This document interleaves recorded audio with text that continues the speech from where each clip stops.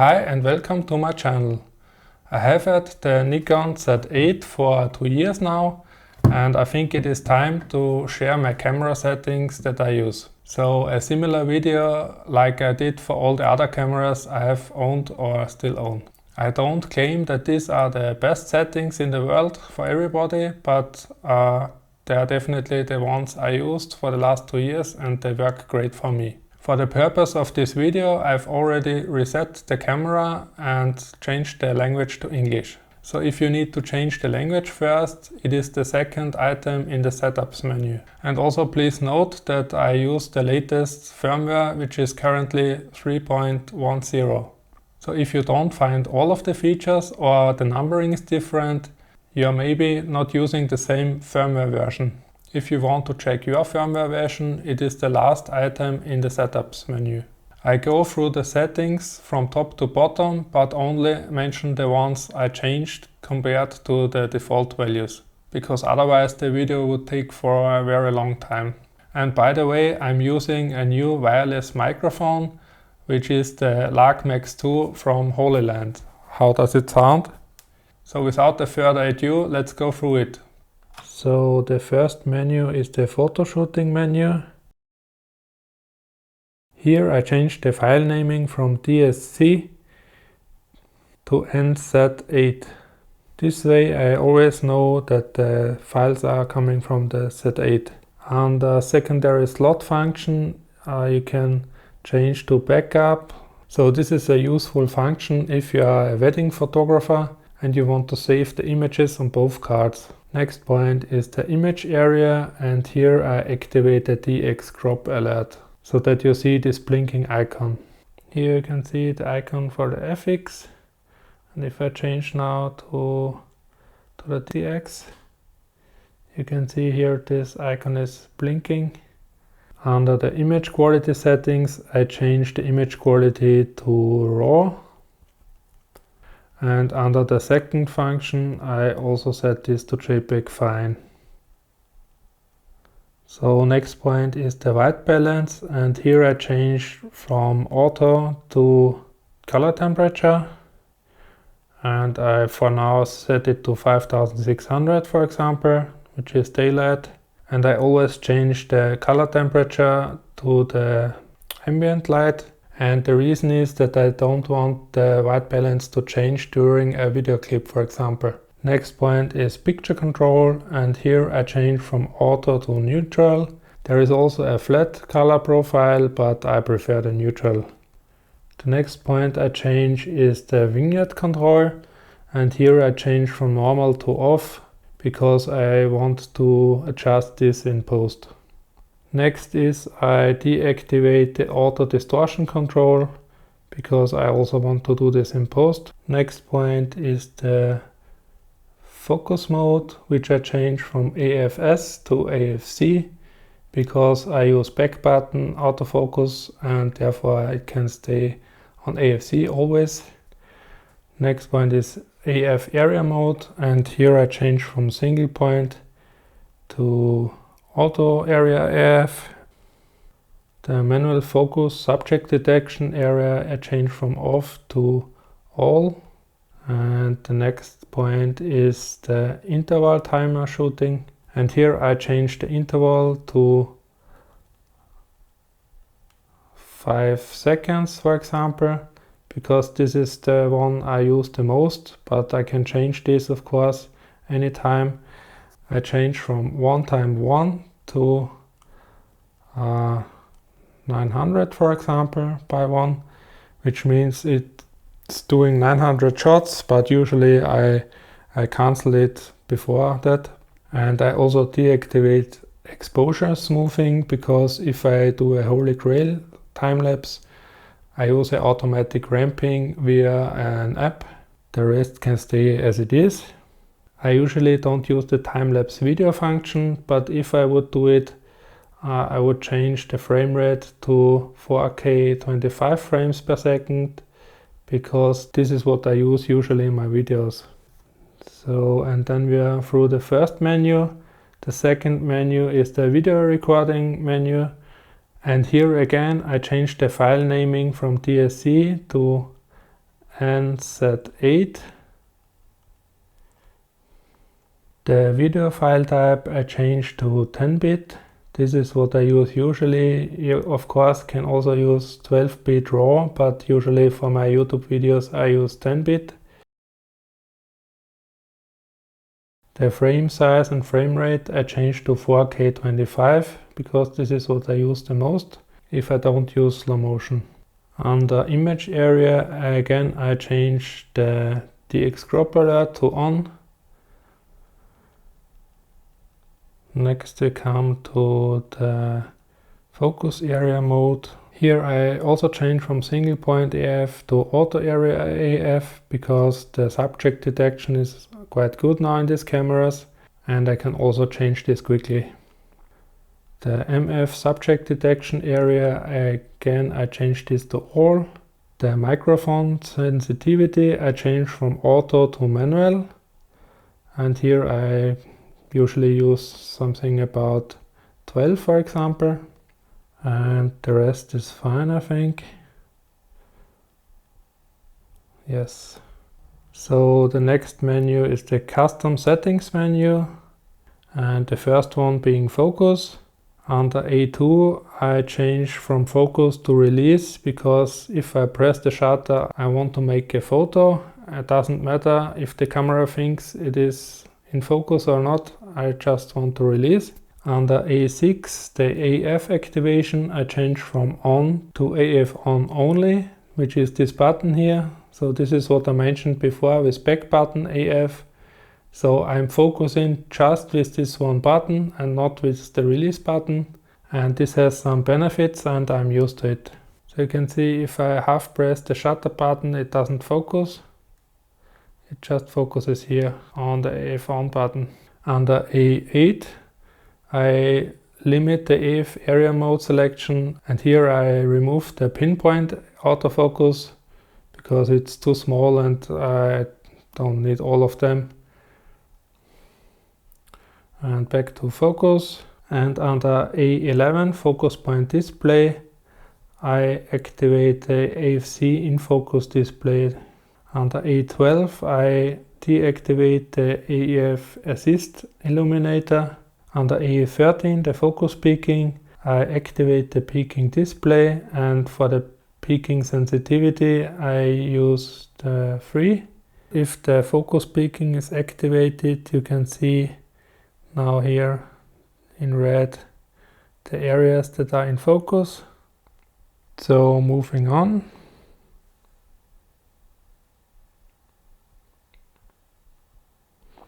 Here under C2, the self-timer, I set the self-timer delay to 5 seconds and the number of shots to 3.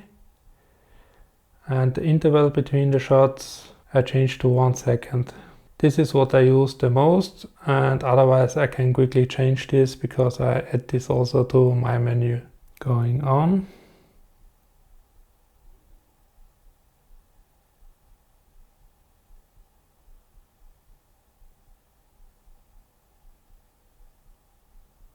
Under D19, the custom monitor shooting display, I remove some of them, for example the 2nd and the 5th. And if you go right, you can also adjust the settings. So the first one is okay.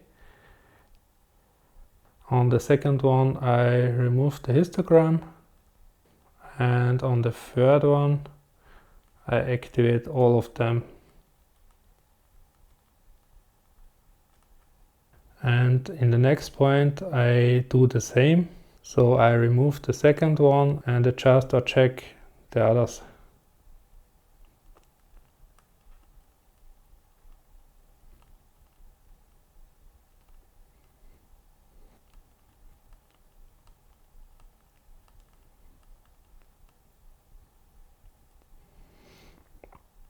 So the next point is the customization of the eye menu, and here I change the AF MF to the flash mode so that I can easily shut off the flash, for example. The next one, the tone mode, I changed to the silent mode, if I find it quite at the bottom. The shooting menu bank I changed to interval timer shooting because I used this quite some time. The airplane mode I changed to choose image area so that I can quickly crop into the image. And the last one I changed to focus peaking.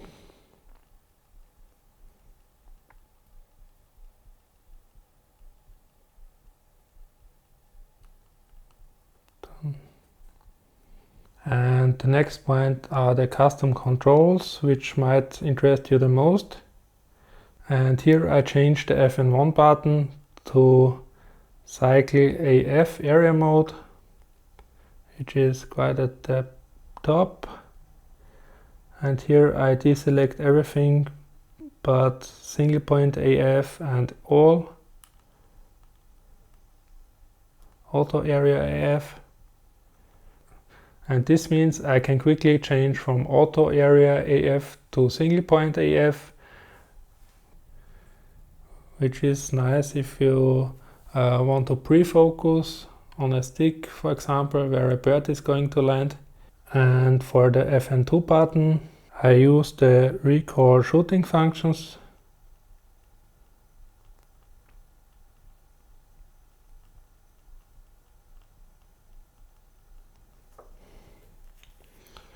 And here is hold. And here I deselect everything but AF area mode. And inside here I change to 3D tracking.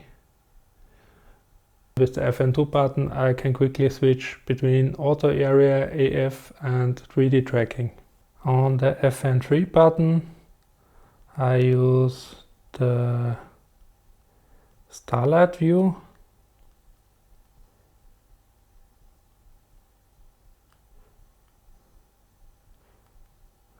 And this is not just great to set up a composition in the middle of the night on the field, but it is also great if you're doing flash photography in a very low light situation. The starlight mode makes it very bright even if it is very dark, and the focus works a lot better. The sub-selector center I set to reset. The video record button I set to zoom to 200%, which is great for focusing when you use a manual lens like a vintage lens. And on the video record button I can zoom in now to 100%. The lens function button I changed to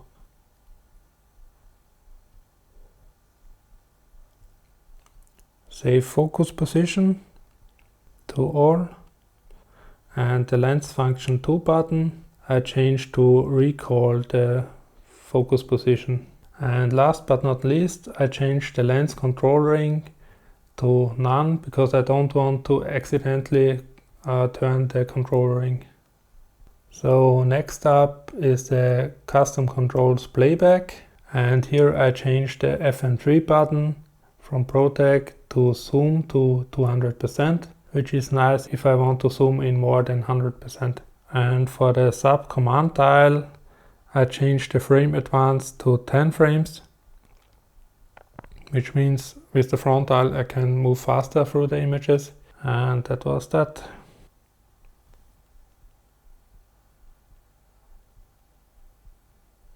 So next up we have the customize eye menu for the video, and here I changed the shooting menu bank to choose image area to quickly change between FX and DX mode, and the airplane mode I changed to zebra pattern, and the destination I changed to focus peaking.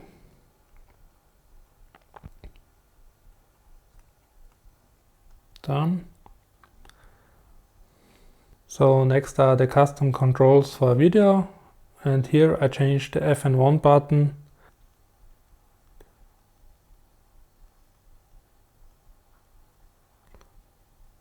to framing grid, and the FN2 button I change from choose image area to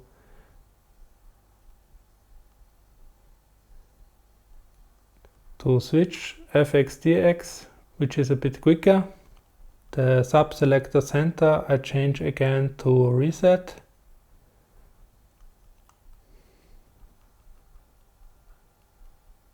And the lens control ring again I set to none. The next thing I change is the AF speed. I change from 0 to 1, which is a bit faster, and the tracking sensitivity from 4 to high, which should make the focusing a bit faster. So the next thing is extended shutter speeds, and here I activate this. And for the shutter mode I change from speed to shutter angle, which makes it a lot easier to keep the 180-degree rule. And if you are in video mode, you can see now that I have the shutter angle instead of the shutter speed. So next point is the zebra pattern. And here I change the tone range to highlights. And in video mode, if the image is very bright or parts of the image, you can see this now via the zebras. For the brightness information display, I like to use the waveform monitor instead of the histogram, because it gives more information, I think. Now to the custom monitor shooting display, and here again I remove some of them and adjust the ones I have. For example, on display 1 I add the horizon and the grid and the waveform, and on the second one I also add the grid. And last but not least, on the custom viewfinder shooting display I also remove the third one. So we are through now through the custom settings menu. On the playback menu I don't change a lot, but under the display options I add the highlights and the overview and remove all the detailed shooting data. Done. And if I take a picture now, you can see that this is the view without any information. If I click down 2 times, there are the highlights if there are some. And if you go down once more, you can see the detailed information like exposure and everything. And under the setup menu, as mentioned in the beginning, here you can change the language. And here you can also set the time and the time zone. And what I also do here is I limit the monitor mode selection, and here I remove the prioritize viewfinder 2. Under the non-CPU lens data, I add all my vintage lenses so that I can use the vibration reduction. And to do this, you can set here the focal length,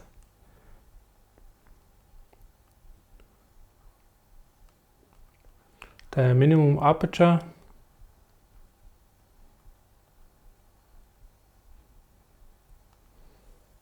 and here you can set the name.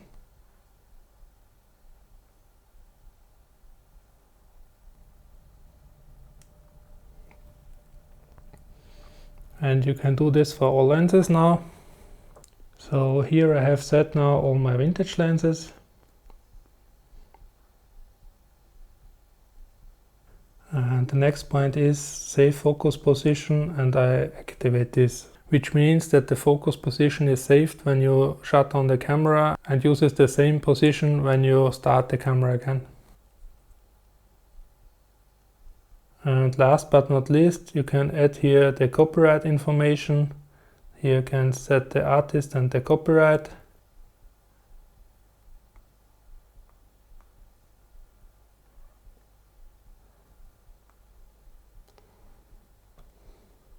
and also under the copyright.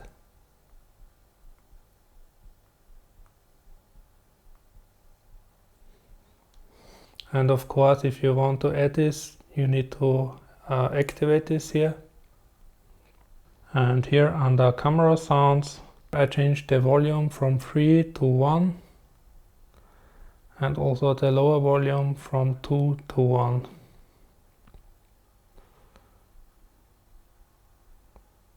And here the slot empty release lock I set from OK to lock, so that you cannot take any pictures when there is no card inside.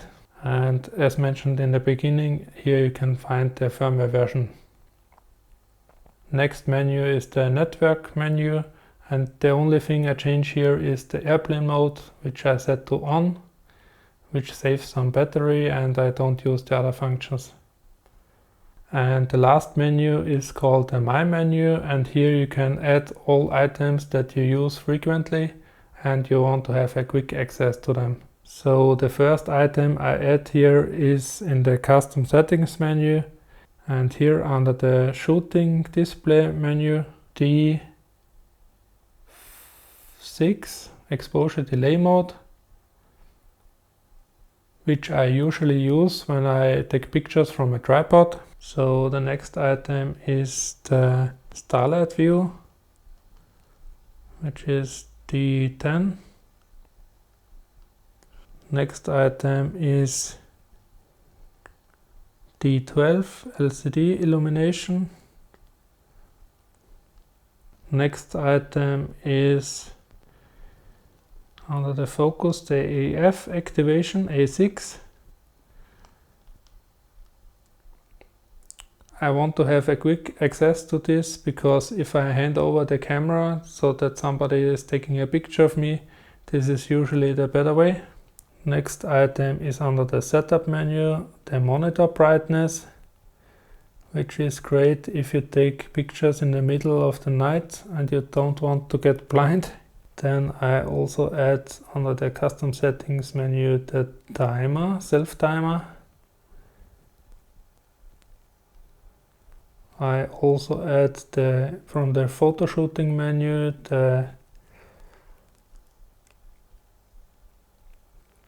where is it? The interval timer shooting. I also have this in the I menu, but yeah, let's keep it.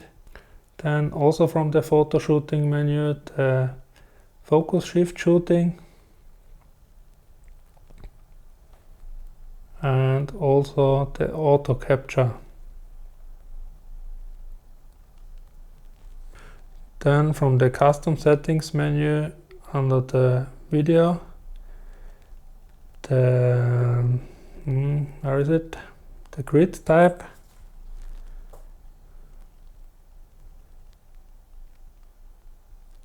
And also from the video menu, the brightness information display, so that I can change between the waveform monitor and the histogram.